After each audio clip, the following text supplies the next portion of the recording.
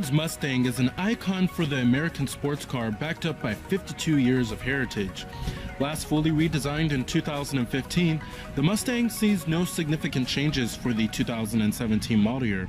But if you're looking for a muscle car that provides jaw-dropping performance without sacrificing at being a comfortable daily driver, you may want to put this vehicle on your list. So let's go ahead and check out this 2017 Ford Mustang. Now, the Ford Mustang comes pretty well equipped with many standard amenities such as a rear view camera, HID headlights, and these pretty good looking 17-inch alloy wheels. Now, of course, you can spicing up things a little bit when you get higher end trim levels. Like on the GT Premium, you get these really nice looking 19-inch black alloy wheels. But here goes the key fob design for the Mustang.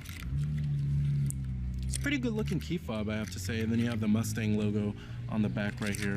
You have your unlock, your lock, remote engine start to release your trunk, and then your panic button. Now, I love the styling of the Mustang because it has this retro look to it, and it also is pretty modern looking as well. And you can really see that on the front fascia of the vehicle, as it has a catfish type look to it, but it also looks kind of sinister and a little mean looking too, especially with the angry looking headlights. And then I really love the 3-bar taillights that you get on the rear ends of the vehicle. That makes it look very retro in its styling. But overall, I'm a huge fan of the styling of the Mustang, and I really think it's better looking than the Dodge Challenger. Now, this color is known as the magnetic metallic, and you do have smart key access on both doors of the vehicle. And you have a full-on black cloth interior, full manual driver's seat adjustments.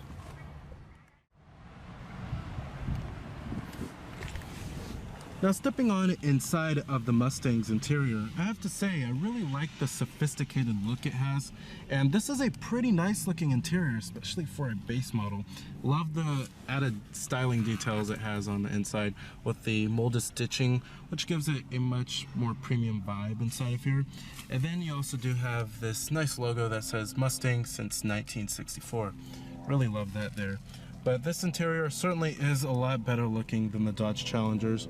The Chevrolet Camaros, it's kind of a tie between the Mustang's interior and the Camaro's interior. All comes down to personal preference, but I will say that the Camaro and the Mustang have much better interiors than the Challenger.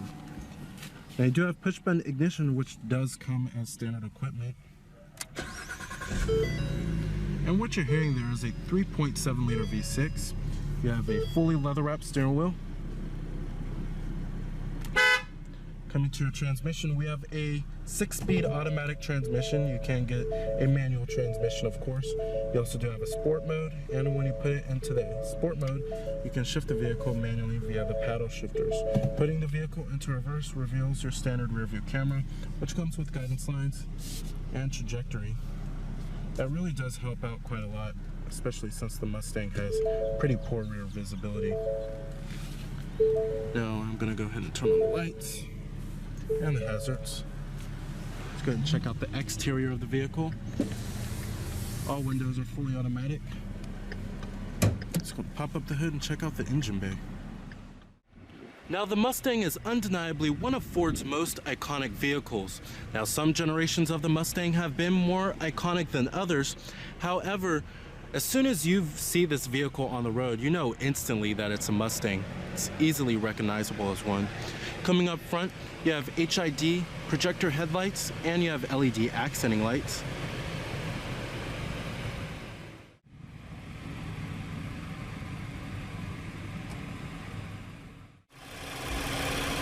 Now, the Mustang has 3 engine options, one of them being this base 3.7 liter V6, which is certainly the most popular choice. It produces a pretty good 300 horsepower at 6,500 RPM and 280 pound-feet of torque at 4,000 RPM, with EPA estimates being an okay 18 in the city and 27 on the highway. Now, you can also go for a turbocharged 4-cylinder, which Ford calls it their EcoBoost. Now, you might be asking why Ford has put a 4-cylinder under a muscle car. Well, that 4-cylinder actually produces a pretty good amount of power, and it provides reasonable fuel economy numbers as well. And for the classic enthusiasts, you can also go for a traditional 5-liter V8 under the hood of the Mustang, which the car enthusiasts are going to choose the V8 over the V6. But this V6 should satisfy most consumers, as it is pretty powerful. Now the base Mustang V6 costs $24,645. The EcoBoost equipped with the 2.3-liter turbocharged 4-cylinder costs $25,645. The EcoBoost Premium, $29,645. And then when you get the GT, you step up to the 5-liter V8. That's costs around $32,645. The GT Premium, $36,645. And then you can also go for a convertible variant of the Mustang, which include all of the same trims.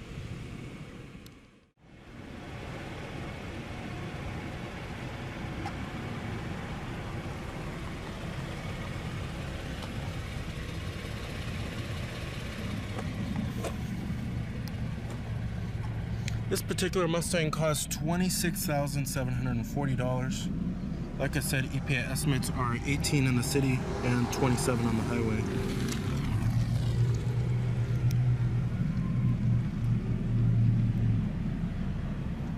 Coming to the rear of the vehicle, you have LED taillights, and you also do have dual exhaust tips.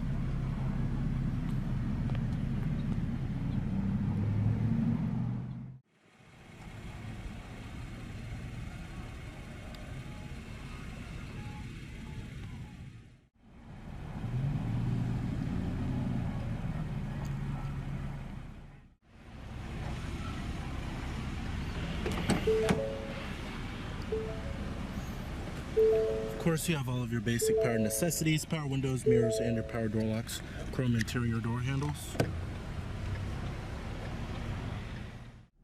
Now, the Mustang is actually a vehicle that's pretty easy to drive, and today many people actually might cross-shop between a BMW and a Mustang, and there's a sense of solidity that you wouldn't have found on the Mustang 20 years ago.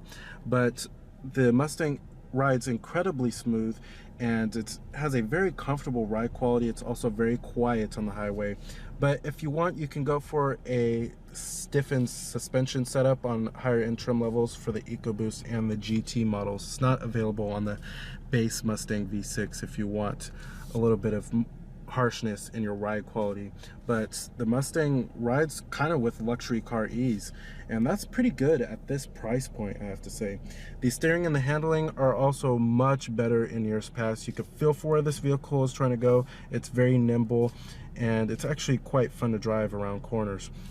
Now, if you want, you can go for that 5-liter V8, which gives you plenty of power. But like I said earlier in the video, this 3.7-liter V6 actually provides a decent amount of power and should satisfy most people. But if you're looking for a little bit better fuel economy, then you want to go with that turbocharged 4-cylinder. You can also get the Mustang with this 6-speed automatic transmission, or you can get it with the 6-speed manual, which most people go for.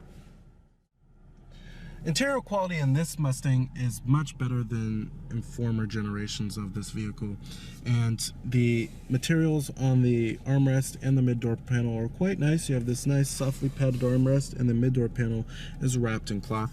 Up here on the upper door panel is hard touch plastic, however the graining of the material is pretty nice. Up here you also do have a softly padded dashboard, and then you also do have the molded stitching, which gives it a more premium vibe. This is also softly padded on each side, and the center console lid is also nice and soft touch.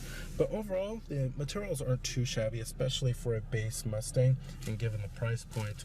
And then also the build quality isn't too bad either. The interior trim and pieces all fit well together, and there's no panel gaps or anything like that. Overall, I'm very impressed with the interior quality, and it's certainly very competitive in the class. Now, coming to the steering wheel design, love the steering wheel design. You get the big old Mustang logo here with the big old horse. And then you also do have the controls for your driver information display.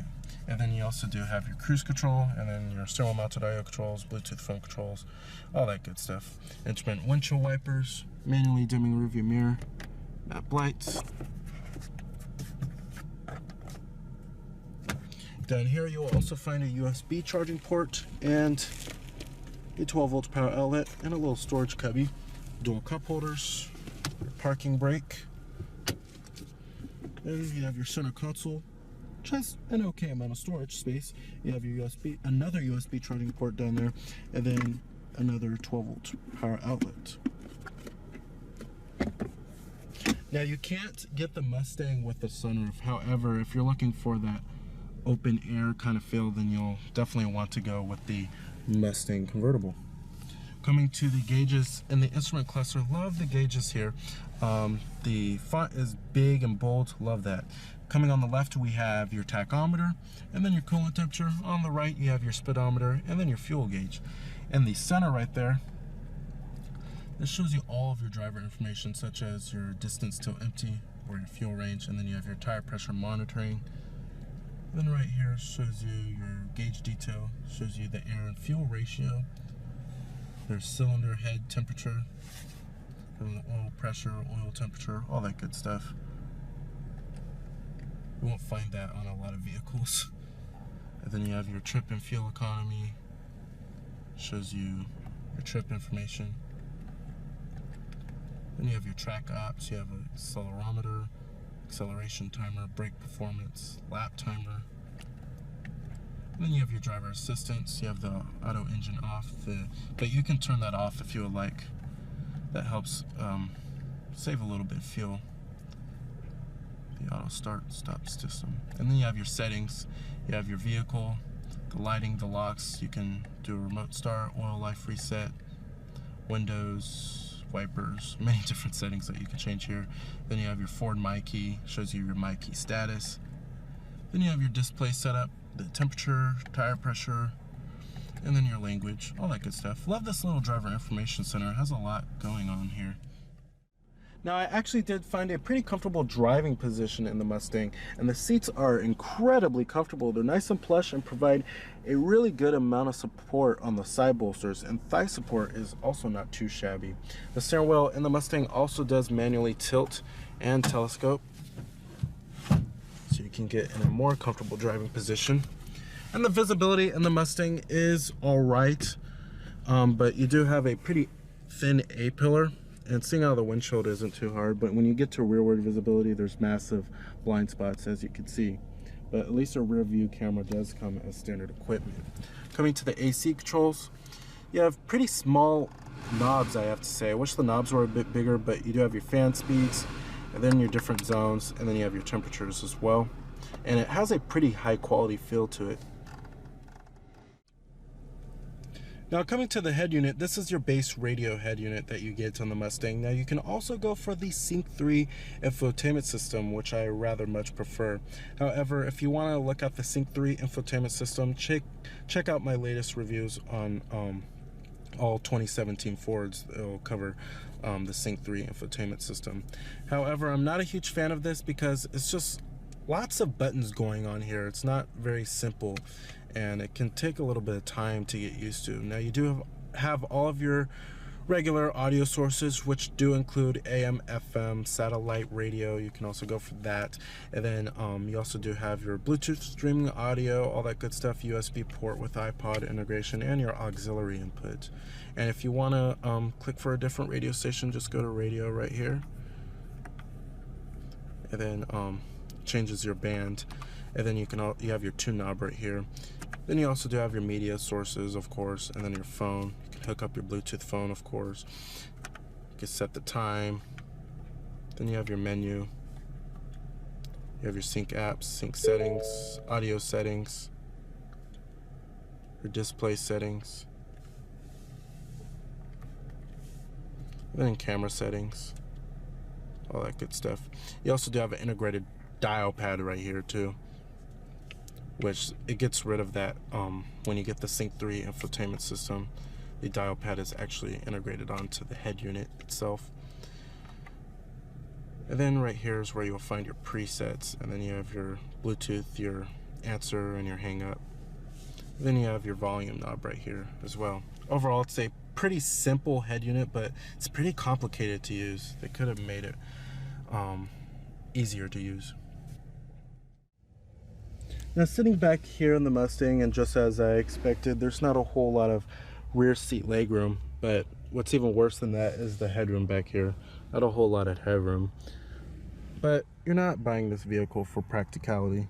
If you want that, buy an SUV or a mid-size sedan. But it should be okay if you're short and you're going on a short road trip.